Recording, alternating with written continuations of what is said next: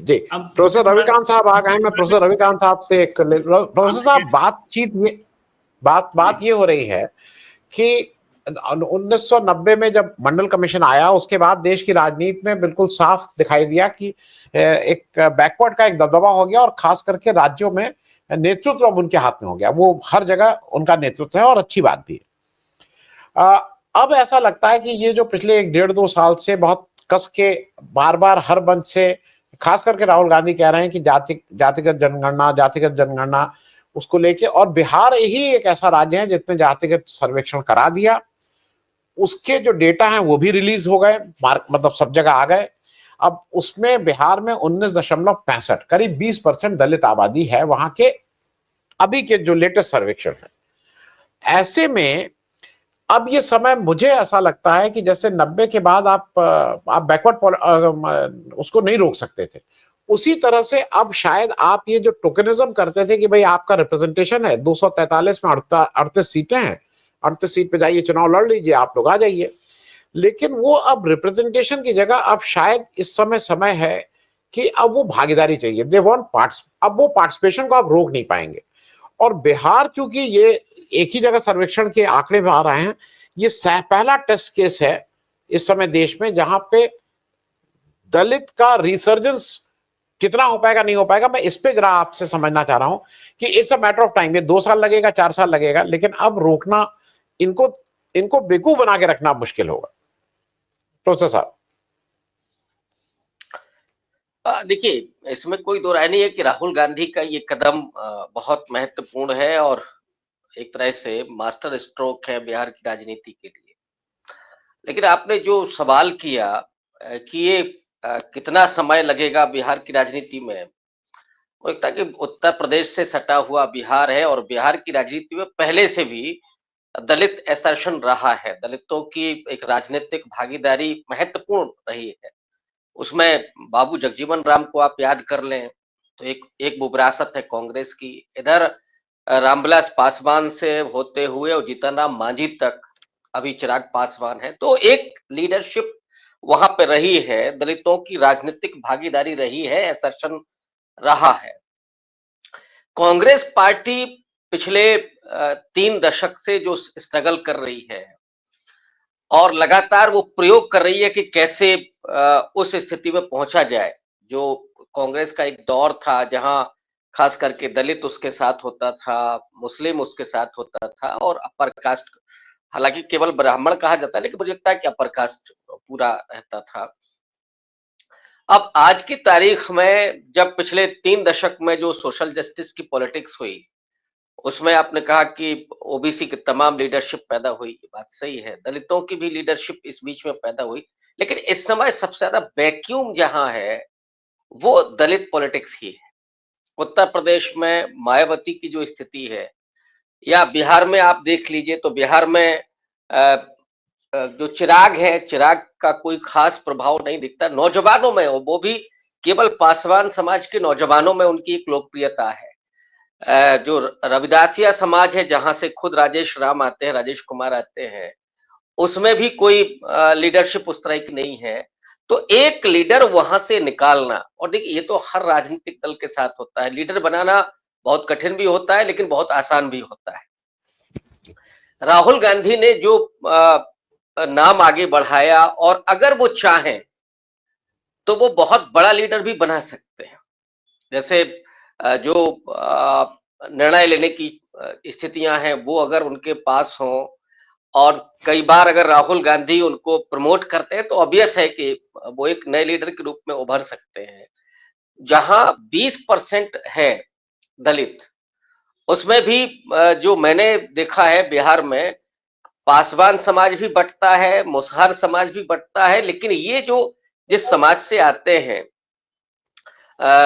राजेश कुमार जी, वो समाज एक तरफा कांग्रेस पार्टी के साथ आ सकता है। ये करीब 5.1% है, या थोड़ा बहुत इधर उधर होगा लेकिन करीब करीब 5.1% है।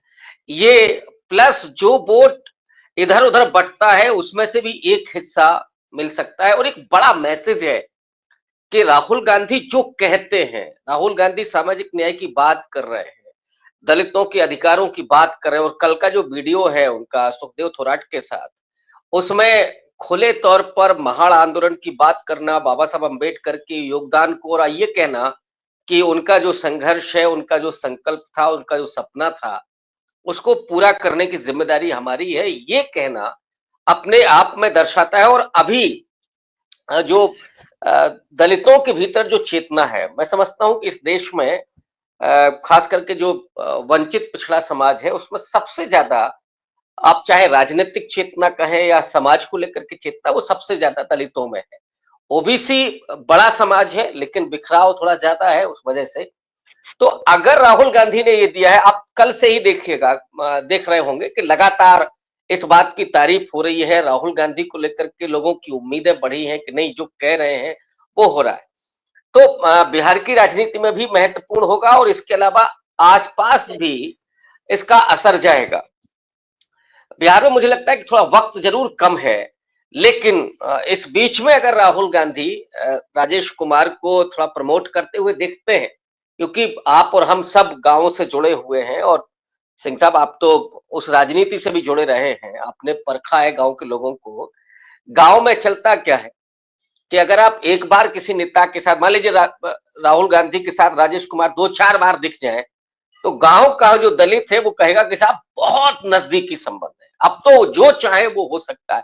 ये उम्मीद पैदा करना, जो सबसे ज्यादा एस्पिरेशन खत्म हुई है, वो उम्मीद केवल राहुल गांधी पैदा कर दें कि नहीं नहीं, जो राजेश कुमार कहेंगे, जो चाहेंगे वो राहुल गांधी करेंगे, तो हमारे अधिकार सुरक्षित होंगे, संविधान पर कोई खतरा नहीं होगा, और जो और दूसरी चुनौतियां हैं उनसे हम जूझ पाएंगे।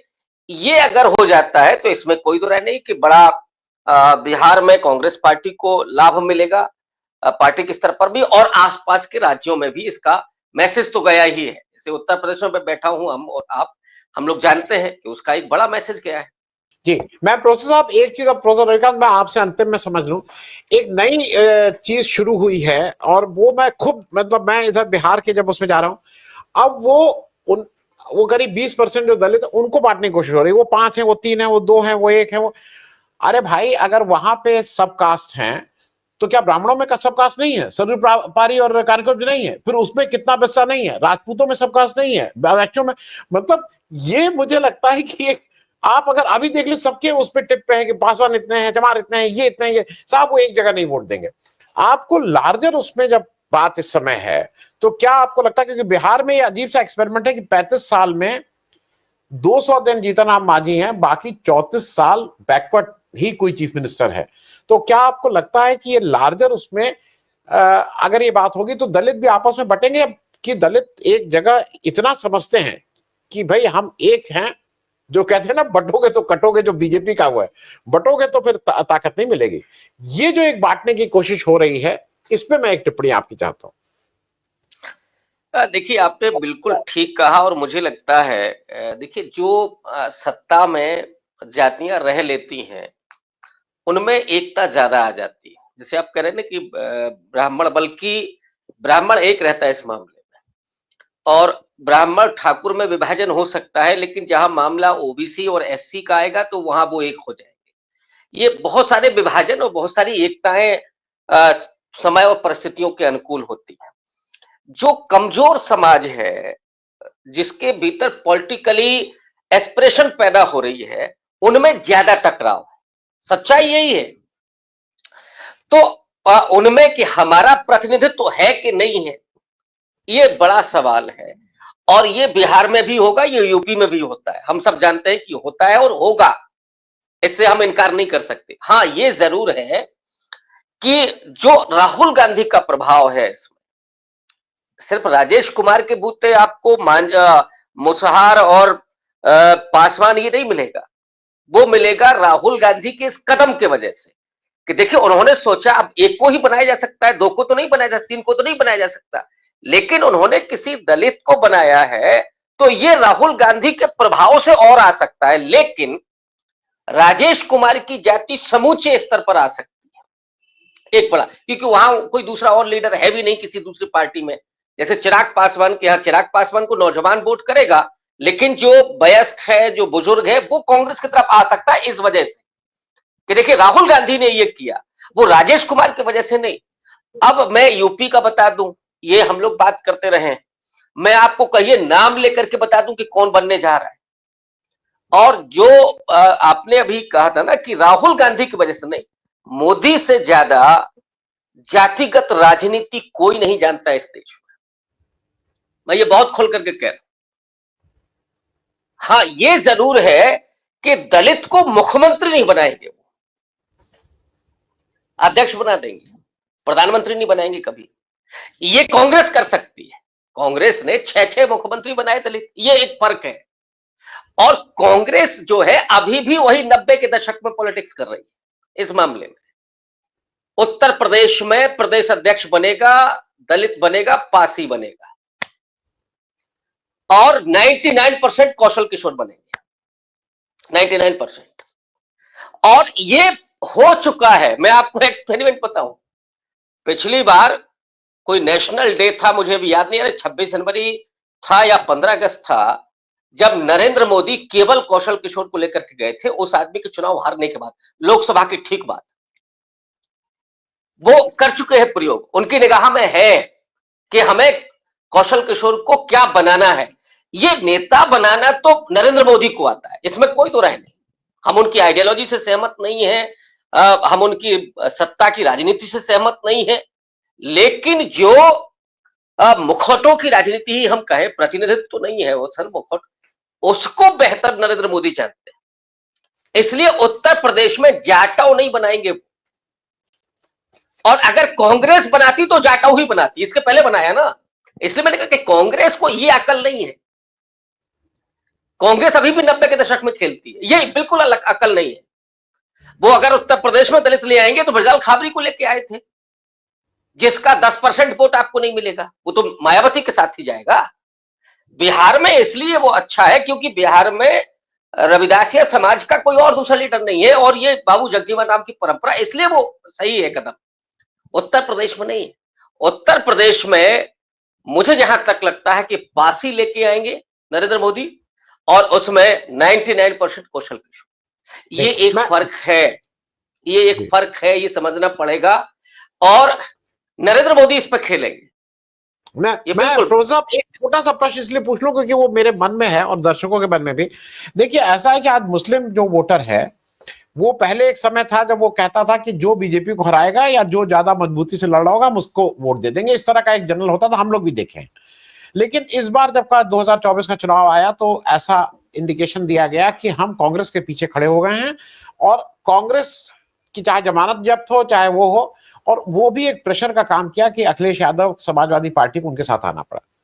मैं सिर्फ समझना ये चाह रहा हूं कि नरेंद्र मोदी जितने भी सबसे बड़े इंजीनियर हो, लेकिन थोड़ी पोल खुल गई है, क्योंकि अब आंकड़े आ गए ना, तो आंकड़े में तो सामने दिखाई दे रहा है कि ये केवल आपका वोट लेना है।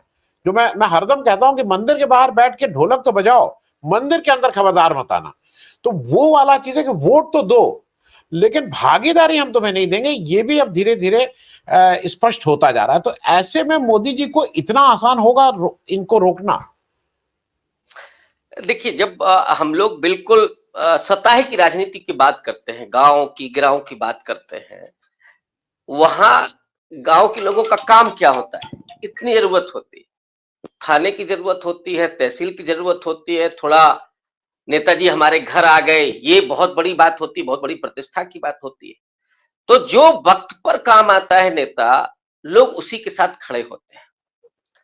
जब वोटिंग की बात आती है तो नेता कहता है कि कहां वोट डालना है, क्योंकि थाने में उसने थोड़ी सुरक्षा की मदद की। बीजेपी में आपको हर जाति के नेता मिलेंगे, उनकी वहां क्या हैसियत है इसको छोड़ दीजिए, ये गांव के लोग जानते ही नहीं। मैंने कहा ना कि अगर अमित शाह ने बिठा करके थोड़ा कुछ ऐसे दिखा दिया कि वो बात कर रहे हैं, तो गांव का आदमी कहता है कि अमित शाह के घर उनका उठना बैठना, ये गांव का अपना समाज शास्त्र है। तो वो जो खेल है, ये आपको मालूम है, हमको मालूम है कि ये टोकनिज्म है और कुछ नहीं हो रहा है। ये उन लोगों को भी थोड़ा बहुत एहसास है, लेकिन उनकी मजबूरी है कि उनकी सोच वहां तक नहीं। वो उनको लीडरशिप चाहिए, हर जिले में लीडरशिप चाहिए, ताकि कोई बात आए तो वो उनको फोन करके कह सके, उनके थोड़ा सहयोग कर सके। ये चीज जरूरी है। जो बाकी और राजनीतिक दलों में नहीं। और उत्तर प्रदेश की सिचुएशन ये है कि यहां बीजेपी और समाजवादी पार्टी अगर आमने सामने आती है, तो मैं आज कह रहा हूं, बीजेपी को कोई नहीं रोक सकता। उसकी मूल वजह वही है, बीजेपी को, और पिछले इलेक्शन में भी 22 वाले में, और हम लोग तो मुझे लगता है कि हम 2-3 लोग थे जिन्होंने इस पर चर्चा की थी, वो बातें मैं खोलूंगा नहीं, और हम लोग जान रहे थे कि क्या हो रहा है। बीजेपी ने पहले ब्रांडिंग खुद करवाई अखिलेश यादव की, पूरा टेम्पो हाई था, और फिर आसानी से चुनाव जीत लिया, ये डर दिखा करके कि साहब ये देखिए सपा आएगी तो क्या होगा, गुंडई होगी वगैरह वगैरह। और अखिलेश यादव इस इमेज को अभी भी नहीं खत्म कर पाए। कांग्रेस की स्थिति थोड़ी दूसरी है, लेकिन जब मामला आता है नेताओं का, तो ये जो वोट है, और अब संविधान का इशू नहीं है, ये केवल लोकसभा में हुआ कि लोगों ने ये छोड़ दिया कि कौन किस जाति का चुनाव लड़ रहा है। उनका मतलब, मैंने फिर कहा कि फिर राहुल गांधी, यहां पे ज्यादा उम्मीद राहुल गांधी है, वो व्यक्ति नहीं है। अगर वो जाति के बाहर जाकर के वोट कर रहा है, तो उसकी वजह राहुल गांधी होंगे। और आपने जो सवाल पूछा था राय साहब से ना, वो खड़गे साहब भी नहीं होंगे आज की तारीख में। खड़गे साहब को मौका ये मिल सकता था, लेकिन अब वो उत्तर प्रदेश में नहीं है जितना प्रभाव राहुल गांधी का है, ये हम सब जानते हैं इस बात को। तो हो सकता है, लेकिन मोदी जी का वो खेल है ना कि वहां से एक जाति को तो आप निकाल ही देंगे, बाकी चाहे सोनकर हो, वाल्मीकि हो, और दूसरी जो जातियां हैं उनके लीडर पहले से बैठे हुए हैं। और अब संविधान जैसा कोई इशू है नहीं, केवल और केवल कांग्रेस पार्टी ये काम कर सकती है। जैसे उन्होंने, हम लोग जो बराबर बात करते रहे, बुंदेलखंड में मुझे किसी ने बताया कि वहां 2-3 उन्होंने जिलाध्यक्ष दिए हैं कोरी समाज के, और एक बड़ी कामयाबी हो सकती है वहां पे, क्योंकि वो जानते हैं बुंदेलखंड में दलितों में कौन ज्यादा प्रभावशाली। आप अगर पश्चिम में जाएंगे तो पश्चिम में कौन ज्यादा, पश्चिम में आपको जाटा और वाल्मीकि को ही करना पड़ेगा, वो आप कर ले जाते हैं तो स्थितियां ठीक होंगी, तो उनके साथ तो आ जाएगा। लेकिन जहां प्रदेश अध्यक्ष या इस तरह का वो होता है, तो वहां पे बीजेपी विभाजन बहुत अच्छा करना जानती है, ये है, तो वो अपना फैलाएंगे। लेकिन मैंने कहा उम्मीद सिर्फ राहुल गांधी, और उसमें ये आपको देख, जैसे बीएसपी यहां पे जितनी मजबूत है, जाटव आप ले आएंगे। मैं उनके प्रति भी बहुत विनम्र हूं और सम्मान उनका करता हूं, लेकिन सच्चाई यही है कि दलितों के भीतर भी जो विभाजन है, वो जाटव बीएसपी को ही जाएगा। 90%, जो 10% है जो ये सोचता है नहीं बीजेपी को हराना है, तो वो आ जाए। 10 से 15 हो सकता है, 20 हो सकता है, लेकिन वो 20 से ज्यादा नहीं होगा। ये सच्चाई है। अब हम इसको मतलब ना कहें तो ये हमारी बेईमानी है, लेकिन सच्चाई यही है।